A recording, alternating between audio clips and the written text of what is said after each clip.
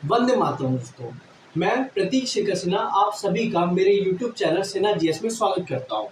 देखिए दोस्तों, इससे पहले की वीडियो में मैंने आपको संविधान का भाग 1 तथा अनुच्छेद 1 से 4 तक को बताया था, ठीक है, जिसमें संघ व उसका राज्य क्षेत्र यानी भारत और उसका राज्य क्षेत्र के बारे में मैंने अनुच्छेद 1 से 4 तक को बताया था। आज हम संविधान का भाग 2 पढ़ेंगे, जिसमें भारत की नागरिकता संबंधी प्रावधानों को बताया गया है, ठीक है। और इसमें अनुच्छेदों की संख्या अनुच्छेद 5 से 11 तक है, यानी संविधान का भाग 1 उसमें अनुच्छेद 1 से 4 तक, ठीक। संविधान का भाग 2 उसमें अनुच्छेद 5 से 11 तक है, ठीक है, जो किस बारे में बताता है, भारत की नागरिकता संबंधित कानूनों को बताता है, ठीक है। तो देखिए दोस्तों, अब हम अनुच्छेद 5 से शुरू करेंगे और 6, 7, 8, 9, 10, 11 तक आज हम समाप्त करेंगे, ठीक है। तो आइए जानते हैं अनुच्छेद 5 क्या कहता है। देखिए, पहली बात तो यह जानिए आप कि नागरिकता का जो पहली बार वर्णन किया था वह अरस्तु थे, ठीक है। अरस्तु ने ही नागरिक और निवासी में थोड़ा सा अंतर जो होता है, क्योंकि निवासी कौन होता है, जैसे मान लीजिए मैं गोरखपुर का हूँ, ठीक है, और मैं दिल्ली जाकर रह रहा हूँ, तो मैं वहाँ का निवासी हूँ, ठीक है। निवासी स्थायी भी हो सकता है और अस्थायी भी हो सकता है, जबकि जो नागरिक होता है वह देश का होता है, वो राष्ट्रीय स्तर की चीज़ होती है। जैसे मैं भारत का नागरिक हूँ, ठीक है, लेकिन निवासी कहाँ का हूँ, गोरखपुर का हूँ। कोई मैं यहाँ से दिल्ली जाऊँगा तो वहाँ दिल्ली का निवासी हो जाऊँगा, ठीक है। तो आइए अब हम जानते हैं अनुच्छेद 5 को। अनुच्छेद 5 क्या बोलता है? अनुच्छेद 5 बोलता है संविधान के प्रारंभ में नागरिकता, यानी भारत का संविधान जब लागू हुआ था उसके समय जो जो नागरिकता संबंधी शर्तें ये 3 दी हुई है, उसको जो फॉलो कर रहा था, उस पर जो मतलब खरा उतर रहा था, वह भारत का नागरिक कहला रहा था, ठीक है। तो इसमें 3 कंडीशंस है। वह 3 कंडीशन कौन सी? तो पहला इसमें उसका जन्म भारत में हुआ हो, ठीक है, मतलब संविधान लागू होने के समय उसका जन्म कहाँ हुआ हो? भारत में हुआ हो, भारत के अंदर हुआ हो, ठीक है। दूसरी कंडीशन क्या है? उसके माता पिता, यानी माता पिता दोनों भी हो सकते हैं, या माता या पिता कोई भी, ठीक है, माता पिता का जन्म कहाँ हुआ हो? भारत में हुआ हो, ठीक है। अगला है संविधान लागू होने से पहले भारत में रहता हो, यानी जब संविधान लागू हो रहा है उसके पहले कहाँ रह रहा हो? वो भारत में रह रहा हो, ठीक है। तो यह 3 कंडीशन थी, यानी जन्म भारत में हुआ हो। दूसरा क्या कंडीशन बोली है? उसके माता या पिता कहाँ का जन्म कहाँ हुआ हो? भारत में हुआ हो, तथा संविधान लागू होने से पहले वह कहाँ रह रहा हो? भारत में रह रहा हो, ठीक है। तो अनुच्छेद 5 मुझे लगता है आप समझ लोगे। अब हम अनुच्छेद 6 को पढ़ेंगे। अनुच्छेद 6 क्या बोलता है? अनुच्छेद 6 में इस चीज का बातों का वर्णन है कि पाकिस्तान से भारत आए लोगों को नागरिकता, यानी क्योंकि आपको पता है जब आज़ादी की घोषणा हुई थी और पाकिस्तान में उनका एक अलग पृथक देश बनाया गया था, तो उस समय लाखों लोगों का विस्थापन हुआ था। कुछ लोग भारत से पाकिस्तान गए और कुछ लोग पाकिस्तान से भारत आए, ठीक है। तो इस चीज़ के लिए, क्योंकि अब वहाँ से पाकिस्तान से भारत आ रहे हैं, तो उन लोगों को भी भारत के नागरिक बनाया जाए, ठीक है। तो इस संबंध में 2 प्रावधान किए गए थे। तो वह 2 प्रावधान क्या थे? पहला प्रावधान था कि जो लोग स्वतंत्रता प्राप्ति के बाद 19 जुलाई 1948 के पहले भारत में आ जा रहे, यानी 11.25 महीने तक का समय दिया गया था, ठीक है। जो लोग 19 जुलाई 1948 के पहले भारत में आ गए, उनको जो है बिना किसी रजिस्ट्रेशन के, बिना किसी औपचारिकताओं के भारत का नागरिक माना जाएगा, ठीक है। लेकिन दूसरी कंडीशन क्या थी? दूसरी कंडीशन ये था कि जो लोग 19 जुलाई 1948 के बाद आए, उन लोगों को जो है भारत के नागरिक बनने के लिए 6 महीने भारत में निवास करना पड़ेगा, और उसके लिए रजिस्ट्रेशन फॉर्म यानी एक परमिट रूल था, जिसके तहत परमिट लेना पड़ता था। गृह मंत्रालय इसका कार्य करता है, ठीक है। तो देखिए, 19 जुलाई 1948 के बाद जो लोग भारत आए थे उनको 6 महीने का परमिट फॉर्म भर के जो है जमा करना पड़ता था, और तब उनको नागरिकता मिल जाती थी, ठीक है। मात्र 6 महीने रहना पड़ता था। जबकि ये कंडीशन क्या बोलती थी? बिना किसी परमिट रूल के, बिना किसी रजिस्ट्रेशन के आप भारत के नागरिक हो सकते। कब? जब आप 19 जुलाई 1948 के पहले भारत में आ गए हो, ठीक है। तो मुझे लगता है आपको अनुच्छेद 6 भी समझ में आ गया होगा, ठीक है। अनुच्छेद 5 क्या बोला था? अनुच्छेद 5 क्या बोला था कि भारत में मतलब संविधान लागू होने से पहले जो नागरिकता किस किस तरीके से मिलेगी। अनुच्छेद 6 क्या बोल रहा है कि पाकिस्तान से अब जो भारत में आए हैं उनको नागरिकता किस प्रकार से दी जाएगी, ठीक है। तो उसके लिए 2 प्रावधान आप मुझे लगता है समझ गए होंगे। अब हम अनुच्छेद 7 को जानेंगे, ठीक है। अब देखिए दोस्तों, अनुच्छेद 7 क्या बोलता है? अनुच्छेद 7 ये बोलता है कि भारत से पाकिस्तान के लोगों को नागरिकता देने का प्रावधान करता है। इसका अर्थ यह है कि ऐसे लोग जो कि 1 मार्च 1947 यानी स्वतंत्रता प्राप्ति के लगभग 5 महीना पूर्व जो है वो कहाँ चले गए हों? पाकिस्तान चले गए हों, कुछ भी सोचकर, चाहे वह विस्थापन के डर से गए हों, चाहे वह अपनी संस्कृति के कारण गए हों, चाहे वो असुरक्षा या सुरक्षा के कारण से गए हों, ठीक है, जो भी उनकी मानसिकता चल रही हो, उस वजह से वो पाकिस्तान चले गए। लेकिन आज़ादी के बाद अगर उनको यह पता लगता है कि नहीं, यहाँ पे तो थोड़ी समस्याएं हैं, कट्टरवाद ज़्यादा है, इस्लामीकरण होने की संभावना है, ईश निंदा कानून वगैरह तो आज भी विद्यमान है जो कि गैर मुसलमानों पर वहाँ पे लगाया जाता है, उसमें फांसी वगैरह का भी प्रावधान है। तो आने वाली पीढ़ियों के लिए वो असुरक्षा महसूस करते हो उस समय, तो उनके लिए क्या बनाया गया कि भारत पाकिस्तान चले गए। और लेकिन क्या हुआ, वो बाद में क्या हुआ, वो पाकिस्तान से भारत आ गए, ठीक है। तो भारत से पाकिस्तान के लोगों को नागरिकता कब मिलेगी, जब वो भारत वापस आ जाएंगे, ठीक है। कब गए होंगे वो पाकिस्तान, जब 1 मार्च 1947 यानी आज़ादी के पूर्व ही चले गए होंगे, ठीक है, लेकिन वो भारत आ जाते। इसके लिए एक कंडीशन रखी गई थी, क्या थी वो कंडीशन, उनको 6 महीने का परमिट रूल भरकर जो है नागरिकता मिल सकती थी, ठीक है। तो अब सोचिए, अब कहीं और किसी और के घर आप चले जाए या किसी अन्य देश में चले जाए, वहाँ पे पता चले कि आपको असुरक्षा है, और तो और आपकी आने वाली पीढ़ी को के लिए भी वो क्या है, एक तरह से समस्या बन सकता है। इस पर मुझे एक शायरी याद आती है कि एक शायर ने क्या खूब कहा है कि लम्हों ने खता की थी, सदियों तक सजा पाई। यानी लम्हा क्या था कि वो पाकिस्तान तो चले गए, ठीक है, वो क्या था, लम्हा था, लेकिन आने वाली पीढ़ियां अगर उनका भुक्तभोगी होती तो उनके लिए अच्छा नहीं होता, ठीक है। तो इसलिए ये चीज़ प्रावधान बनाए गए, ठीक है। मुझे लगता है कि आप लोग अनुच्छेद 7 को भी आप समझ गए होंगे, ठीक है। हम अनुच्छेद 8 और अनुच्छेद 9 को जानेंगे। ये बहुत ही सरल है। देखिए, अनुच्छेद 8 क्या बोलता है, अनुच्छेद 8 इस बात का प्रावधान करता है कि यदि भारत के बाहर कोई बच्चा रह रहा है, वो भारत के नागरिक कब होगा, जब उसके माता या पिता क्या हो, भारतीय हो, ठीक है। यदि कोई बच्चा है वो कहाँ रह रहा है, यूएस में रह रहा है, ठीक है, लेकिन उसके माता पिता क्या है, भारतीय हैं, ठीक है, तो वो क्या कहलाएगा, वो भारत का नागरिक होगा, ठीक है। और अनुच्छेद 9 क्या बोलता है, अनुच्छेद 9 यह बोलता है कि विदेशी नागरिकता लेने पर भारत की नागरिकता खत्म हो जाती है। यह देखिए, हमारे देश में एकहरी नागरिकता प्रणाली है, ठीक है। यह नागरिकता प्रणाली ब्रिटेन की नागरिकता प्रणाली से मैच करती है, ठीक है। यानी यह जो प्रावधान लिया गया है वो ब्रिटेन से लिया है, किसका, नागरिकता, यानी एकहरी नागरिकता प्रावधान ब्रिटेन से लिया गया, ठीक है। इस बात को नोट कर लीजिएगा।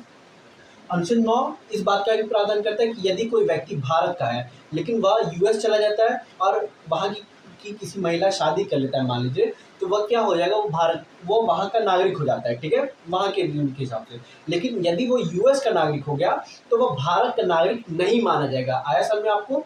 तो ये चीज़ होती है आपका अनुच्छेद 9, ठीक है। अनुच्छेद 9 ये बोलती है कि यदि कोई भी व्यक्ति किसी भी अन्य देश का नागरिक बन जाता है तो भारत का नागरिक नहीं कहलाएगा, ठीक है। अब अनुच्छेद 9 के बाद अनुच्छेद 10 और अनुच्छेद 11 को समझेंगे, ठीक है, और इसी के साथ हमारा पार्ट 2 खत्म हो जाएगा, ठीक है। तो देखिए, अनुच्छेद 10 क्या होता है, नागरिकता का बना रहना। तो अनुच्छेद 10 ये बता दें कि नागरिकता किस कंडीशन में बनी रहेगी और किस कंडीशन में इसको वंचित किया है, मतलब नागरिकता से किसी को वंचित किया सकता है। तो देखिए, यदि कोई व्यक्ति है और भारत का नागरिक है लेकिन वह कोई ऐसा कार्य करता है जो देश विरोधी हो, ठीक है, तो देश विरोधी कार्य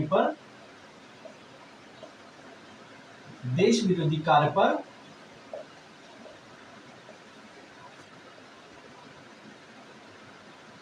नागरिकता खत्म हो जाती है, ठीक है। यानी कोई भारत का व्यक्ति है और वो पाकिस्तान की तरफ से उसकी जो आईएसआई है उसकी तरफ से जासूसी वगैरह करता है, या कोई कॉन्फिडेंशियल खबर है भारत के अंदर की, वह उस चीज़ को शेयर करता है किसी अन्य देशों में, ठीक है। मतलब देश विरोधी कोई भी कार्य करे, ठीक है, चाहे वो भाषण भी हो सकता है, चाहे वो कोई कृत्य भी इस प्रकार का हो सकता है, तो वह क्या होगा, नागरिकता से वंचित हो सकता है, ठीक है। ये किस अनुच्छेद 10 ये बोलता है कि नागरिकता तब तक बनी रहेगी जब तक आप कोई देश विरोधी कार्य ना करते हो, ठीक है। और अनुच्छेद 11 क्या बोलता है, तो जितने भी आपने ये नागरिकता संबंधी कानून पढ़े, ठीक है, यानी 5, 6, 7, 8, 9, 10, ये सभी क्या थे, इसका जो नियमन मतलब इसमें सुधार वगैरह, ठीक है। अभी जैसे आप देखिए 2019 में CAA आया था, सिटीजन अमेंडमेंट एक्ट, नागरिकता संशोधन कानून, उसके लिए मैं अलग से वीडियो बनाऊंगा क्योंकि वो काफ़ी लार्ज टॉपिक है, ठीक है। तो CAA जो कानून आया था उसका नियमन वो किसके माध्यम से हुआ था, तो नियमन कौन करेगा, वो करेगी संसद आपकी, ठीक है।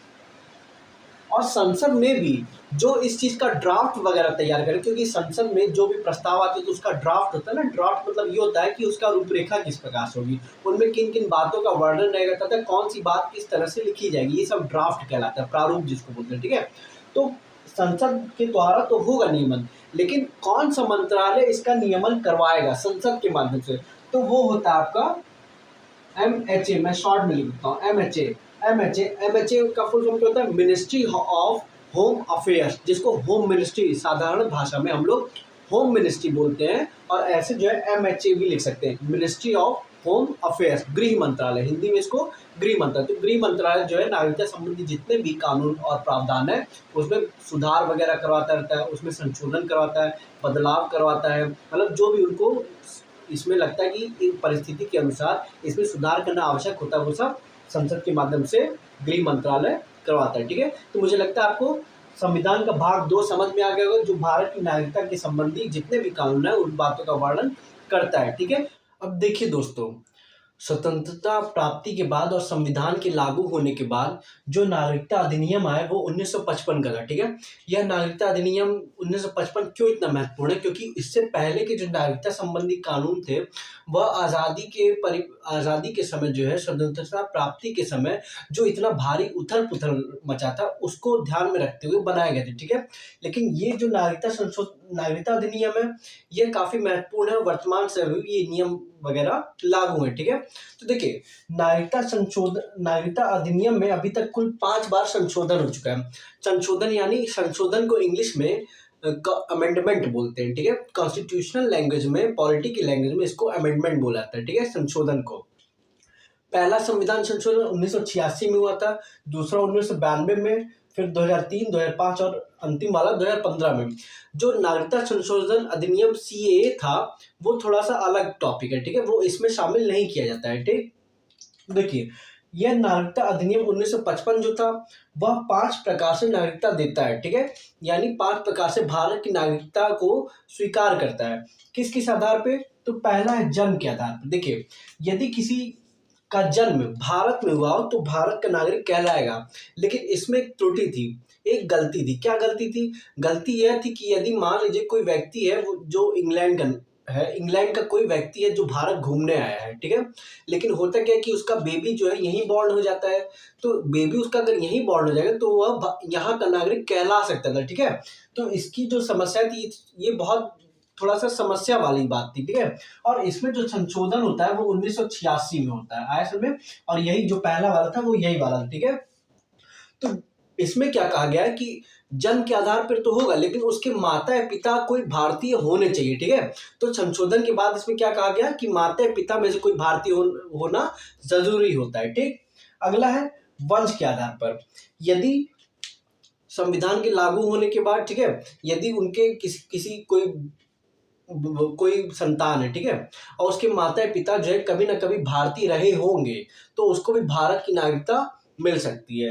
अगला है पंजीकरण द्वारा। पंजीकरण द्वारा क्या होता है कि गृह मंत्रालय में जो है पंजीकरण करना पड़ता है कि हम जो है भारत के नागरिक बनना चाहते हैं, लेकिन उसके पहले क्या शर्त है? उसके लिए शर्त यह है कि उसको कम से कम 7 साल जो है भारत में रहना पड़ेगा। ठीक है, 7 साल यदि वो भारत में रहता है ना, और वह पंजीकरण देता है, आवेदन देता है गृह मंत्रालय में कि हम जो है भारत नागरिक होना चाहते हैं, तो वो भारत के नागरिक हो सकता है। ठीक है, तो ये हो गया आपका पंजीकरण द्वारा।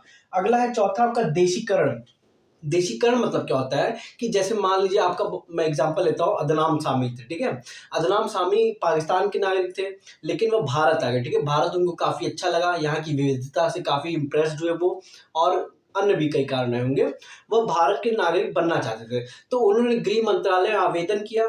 तो गृह मंत्रालय में आवेदन करने के लिए, और अगर यदि देशीकरण द्वारा आप पाना चाहते हैं नागरिकता, तो उसके लिए हमारे जो संविधान की 12 अनुसूचियां जो मैंने कल बताया था इससे पहले के वीडियो में, ठीक है, जो 12 अनुसूची थी उसमें से अनुसूची 8 भाषाओं के बारे में बताती है। ठीक है, तो अनुसूची 8 में कुल 22 अनुसूची 8 में जो है 22 भाषाओं का वर्णन है। ठीक है, और देशीकरण के लिए जरूरी है, देशीकरण द्वारा नागरिकता पाने के लिए जरूरी है कि यदि किसी व्यक्ति को इन 22 भाषाओं में से कोई एक भाषा भी अगर अच्छे से आती है, वह जो है आपका देशीकरण द्वारा नागरिक बन सकता है। ठीक है, और इस देशीकरण में एक चीज और भी जरूरी कंडीशन दी गई है कि यह कला या विज्ञान से संबंधित कोई व्यक्ति होना चाहिए। जैसे अदनाम सामी सिंगर है तो कला के क्षेत्र के देशीकरण हो गया, जैसे वो हिंदी जानते हैं, उर्दू भी जान सकते हैं, उर्दू भी आपका ये 22 भाषाओं में आती है। ठीक है, कश्मीरी, डोगरी, मैथिली, संथाली, ये सब मैं बाद में बताऊंगा, और भी जब मैं अनुसूचियों के बारे में बताऊंगा उसका अलग से वीडियो होगा। ठीक, अगला है 5वां आपका अर्जित भूमि द्वारा।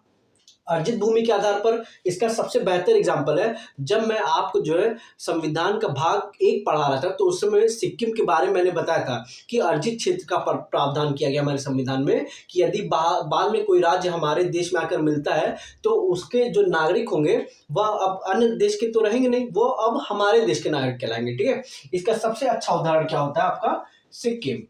ठीक है, सिक्किम होता है। सिक्किम जो है 16 मई 1975 में भारत में इसका विलय हुआ था 36वां संविधान संशोधन द्वारा, और सिक्किम के जो लोग थे अब वो भारत के नागरिक कहलाने लगे। तो मुझे लगता है आपको ये समझ में आ गया होगा कि दूसरा हो गया वंश के आधार पे, यानी अगर कोई वंशज है उनका भारतीय तो भारत के नागरिक हो सकते हैं।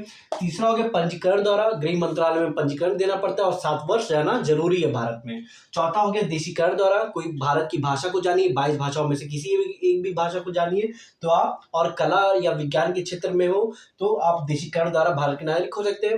और पांचवा क्या होता है अर्जित भूमि के आधार पर, जैसे सिक्किम भारत में मिल गया तो सिक्किम के जितने भी निवासी होंगे वो सब भारत के नागरिक कहलाएंगे। ठीक है, अब हम लोग पढ़ेंगे कि नागरिकता अधिनियम 1955 में ऐसे कौन से प्रावधान है जिसके तहत किसी को नागरिकता से वंचित किया जा सकता है, यानी किसी की नागरिकता खत्म की जा सकती है। आया समझ में? तो अब हम नागरिकता से वंचित से संबंधित प्रावधानों को जानेंगे। ठीक, अब हम जानेंगे दोस्तों कि ऐसी कौन सी तीन कंडीशंस दी गई है जिसके तहत कोई व्यक्ति नागरिकता से वंचित हो जाए, मतलब भारत की नागरिकता से खत्म की जा सकती है। वो 3 प्रावधान भारतीय संविधान में दिए गए हैं। तो पहला क्या है इसमें, त्याग द्वारा, यदि कोई व्यक्ति किसी अन्य देश की नागरिकता ग्रहण कर लेता है तो भारत की नागरिकता यह मान लिया जाता है कि वह इसने भारत की नागरिकता को त्याग दिया है। ठीक है, जैसे यदि कोई व्यक्ति यूएस का नागरिक बन जाता है, कोई व्यक्ति ब्रिटेन का नागरिक बन जाता है तो वह भारत का नागरिक नहीं रहेगा। ठीक है, अगला है बर्खास्त द्वारा, यदि कोई व्यक्ति देश विरोधी कर्तव्य में पकड़ा जाता है, कोई देश विरोधी नारा भी लगाना जो है एक तरह से कर सकती है गृह मंत्रालय चाहे तो। ठीक है, मतलब कोई भी कार्य किसी भी तरीके से आप यदि देश विरोधी करें तो गृह मंत्रालय के आदेश के द्वारा आपकी नागरिकता को बर्खास्त किया जा सकता है। ठीक है, यानी आपकी नागरिकता को खत्म किया जाता है।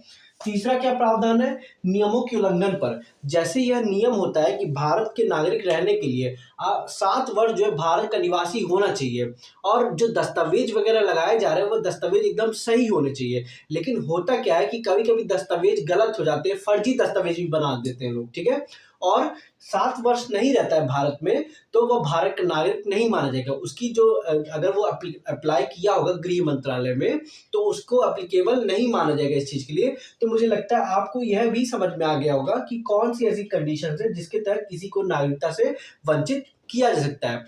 अब ध्यान देने वाली बात यह है कि 3 पॉइंट एकदम ध्यान में रखिएगा। क्या, नागरिकता संबंधी कानून का नियमन कौन बनाता है, संसद बनाती है। किस मंत्रालय के थ्रू आता है ये, गृह मंत्रालय, मिनिस्ट्री ऑफ होम अफेयर्स के थ्रू आता है।